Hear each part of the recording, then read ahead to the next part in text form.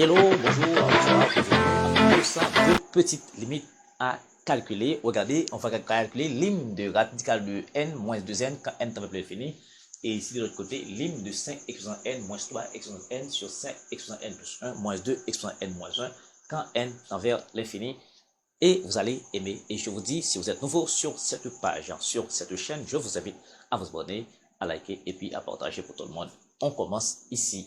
Là, eh bien, la limite quand n tend vers l'infini de cette expression-là, donc à bien remarquer, on va avoir infini moins l'infini, ça vous donne exactement l'infini moins l'infini, une fois indéterminée. Et bien pour éviter l'indétermination, on va faire un jeu rapidement, on va dire là, lim de quand n tend vers plus l'infini. Ici, je factorise par n, il va rester radical de n sur n, moins 2. Et là, ça fait lim. Quand n tend vers plus l'infini, ça fait n facteur de 1 sur radical de n, moins 2.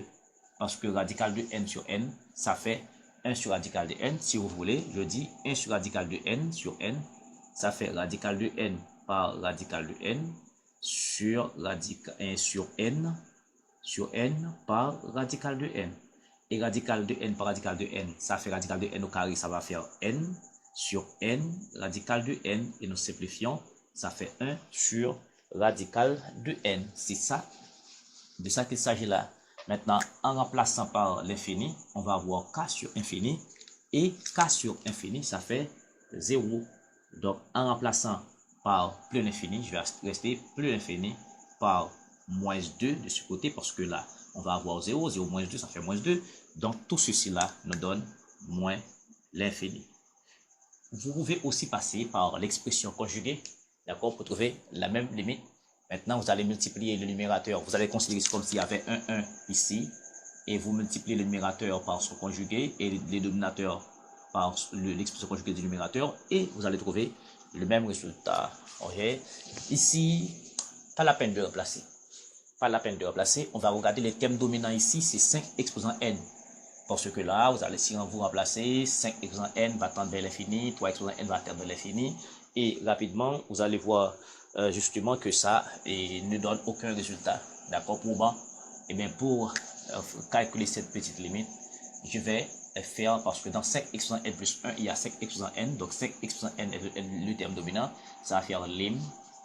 D'accord, quand n tend vers plus l'infini, je factorise par 5 exposant n, il va rester 1 moins 3 exposant n sur 5 exposant n. On est d'accord, parce que 5 exposant n, 5 exposant n, on simplifie, donc on a la même chose, 5 exposant n par 1, ça fait 5 exposant n, et sans problème ici. Et ici, on factorise par 5 exposant n, il va rester 5 ici, parce que 5 exposant n par 5, ça fait 5 exposant n plus 1, parce qu'ils ont même base, moins ici, là, vous êtes d'accord sur 2 exposant n sur 5 exposant n par 2 exposant moins 1. Vous voyez, parce que 2 exposant n moins 1, ça fait 2 exposant n par 2 exposant moins 1. Vous voyez, et puis on a 5 exposant n, nous simplifions. 2 exposant n par 2 exposant moins 1, il va rester la même chose ici. Et du coup, nous simplifions par cette expression ici. On va rester tout simplement limite. Quand n tend vers plus l'infini, ça va faire 1 moins, on a n ici, ça fait 3, 1 sur 5 exposant n, d'accord, exposant n, bien entendu, selon les règles algébriques, d'accord, ça va faire ici 5 moins, ici, ça va faire, on a 2 exposant n, on a 5 exposant n, ça va faire 2 sur 5, d'accord, exposant n, et le tout, d'accord, par 2 exposant moins 1, ça fait 1 demi. Par un passage à la limite, on va vite remarquer, on sait que ici, on a 3 cinquièmes exposant n, en l'infini, ça fait quoi? On sait que quand on a q, si un nombre q qui se trouve entre moins 1 et 1, eh bien, lim de q exposant n, quand n tend vers plus l'infini, ça fait 0. Ça, on doit le savoir. Dans ce cas, ici, dans ce cas ici, ça va faire limite. Donc, ça va faire ici, je dirais, c'est l'égalité maintenant. Donc, ça veut dire, ça va chuter en 0. Ça va chuter en 0. Et ça aussi va chuter en 0. 0 par 1 demi, ça fait 0. 3 cinquièmes, d'accord, exposant n à l'infini, ça va faire 0 selon cette propriété, d'accord, et on va rester tout simplement 1 cinquième. Donc cette limite fait 1 cinquième.